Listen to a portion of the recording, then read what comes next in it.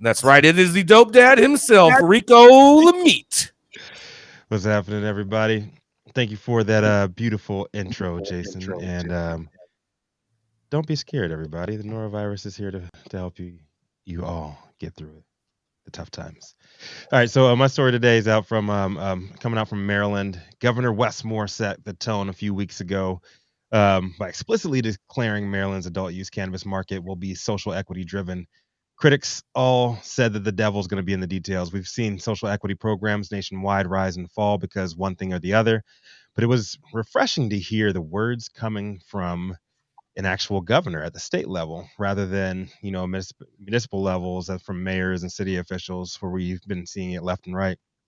Friday afternoon, the State House Economic Matters Meeting Committee, Moore's constituents began to absorb what would soon be their legal cannabis reality. Per the article, no one really complained about the 88-page legalization bill. In fact, most of the witnesses testifying had nothing but high praise for the sponsors and their efforts. Some of the adjectives and terms that were described were well thought out, national model, inclusive, and equitable.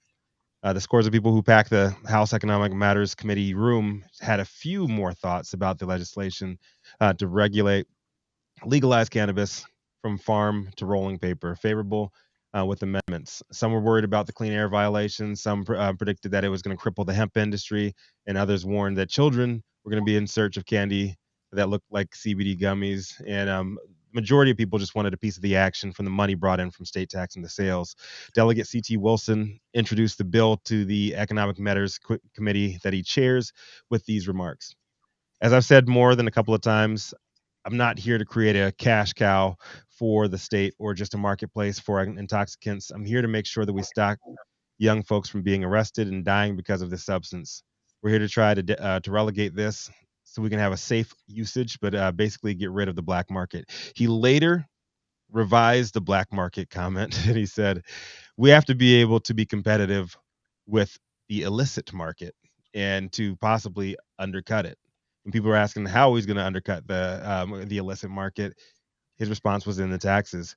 He said under the new legislation, regulation and enforcement division would be created within the current Alcohol Tobacco Commission, and they'd be renamed the Alcohol, Tobacco, and Cannabis Commission. All dispensaries will sell both medical and recreational cannabis. Medical marijuana licenses will be covered under the new licensing structure, which he said the the taxes of the sale will only be on the sale of cannabis at a rate of 6% initially, the same as Maryland's state sales tax. And they said it will be on a sliding scale, but it will be capped at 10% at the most by 2028. The sales will be taxed on a consumer level only. Witnesses all seem to praise the elements of the social equity in the bill, and it was roundly criticized by others as well. And it said that they're going to be establishing a new office of social equity um, for with people from communities that have previously been disproportionately impacted by the war on drugs. He finally said that this is going to be a huge undertaking and a heavy lift, but he just wants to make sure that they get it right. Looking at the lessons learned when we did medical cannabis, we issued 15 licenses, and all 15 of those went to white men. So how are we going to ensure that that we're talking about equity and inclusion and getting more minorities to participate in another billion-dollar industry coming before the state of Maryland? That's when Wilson answered, we define social equity by zip code for all intents and purposes. If you lived in a zip code that had 175% arrests for cannabis use, we would consider that social equity areas. So again, we have to be race neutral, but you know where I'm coming from. You know who was arrested more likely than not because of cannabis use.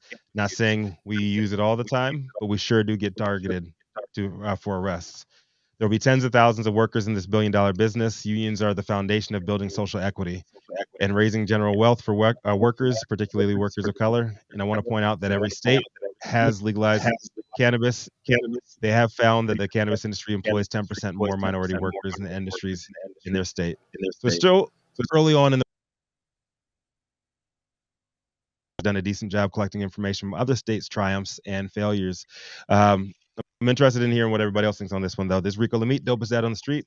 What do you think about this one, Jason? Do you think they're getting the building blocks right when it comes to social equity in Maryland?